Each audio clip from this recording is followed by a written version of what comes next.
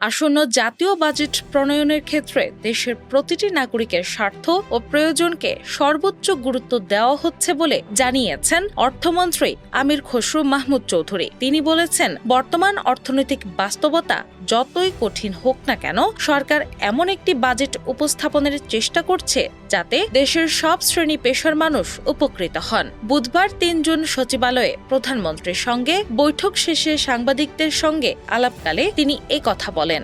Slogan হচ্ছে Democratic অর্থনীতিকে গণতন্ত্রায়ন করা, সাথে সবগুলো মানুষের সমান অধিকার থাকবে অংশগ্রহণ করার জন্য, এবং অর্থনীতির সুফল তার বাড়িতে পৌঁছতে হবে।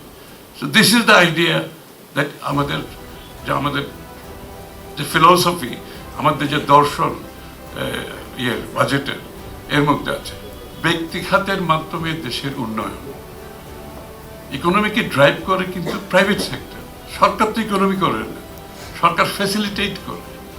সরকারের দায়িত্ব হচ্ছে ফ্যাসিলিটেট করে দেওয়া। আমি যখন বক্তৃতা বলতেছি, it's not a political state, we are going for total deregulation. অর্থমন্ত্রী আরও বলেন, দেশের আর্থিক অবস্থা বর্তমানে খুব শক্তিশালী নয়। অতীতের বিভিন্ন অর্থনৈতিক সিদ্ধান্ত ও দায়বদ্ধতার কারণে সরকারকে একটি কঠিন পরিস্থিতির মোকাবেলা করতে হচ্ছে। তবে তিনি আশাবাদ ব্যক্ত করে বলেন, এই বাজেট দেশের অর্থনীতিকে একটি ইতিবাচক পথে এগিয়ে নিতে সহায়ক হবে। তিনি উল্লেখ করেন, বর্তমান সরকার একটি ভালো সূচনার মাধ্যমে ভবিষ্যতের জন্য শক্ত ভিত্তি গড়ে তুলতে চায়। এজন্য জনগণকে কিছুটা সময় দেওয়ার আহ্বান জানিয়ে তিনি বলেন, এবং 18টা 19টা 20টা পারমিশন লাগুক, একটা পয়েন্টে অ্যাপ্লাই করবে, সেই পয়েন্ট থেকে সে ফোকাল পয়েন্ট সবাইরে বলবে যে এই অ্যাপ্লিকেশন তুমি 1 সপ্তাহের মধ্যে ক্লিয়ার করো, উইদিন এ উইক ক্লিয়ার করতে হবে। আর যদি তার কোনো রেসপন্স না পাই, পারমিশন উইল বি গিভেন। কারোর জন্য কেউ ওয়েট করবে না। এটা কোনো হ্যারাসমেন্ট আমরা চাই না, ব্যবসায়ী না, বাংলাদেশের নাগরিকের কোনো হ্যারাসমেন্ট।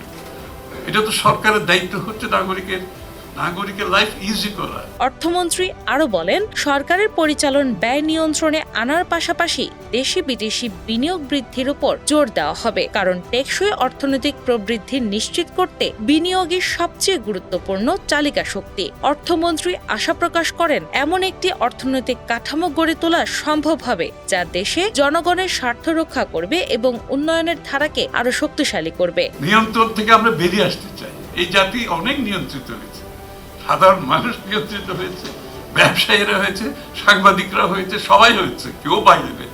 আমরা একটু নিয়ন্ত্রণ থেকে একটু বেরোতে চাই এখন। সো অ্যানাদার ফিলসফি যে এই বাজেটের, যে নিয়ন্ত্রণ মুক্ত বাংলাদেশ, নিয়ন্ত্রণ মুক্ত অর্থনীতি, নিয়ন্ত্রণ মুক্ত ব্যবসা বাণিজ্য অর্থনীতি, যেটা বিকাশ করতে পারবে। বিকাশ করার পথে কেউ যদি বাধাগ্রস্ত করে, will have to be very strict. Desk report, Bangla বাজার পত্রিকা।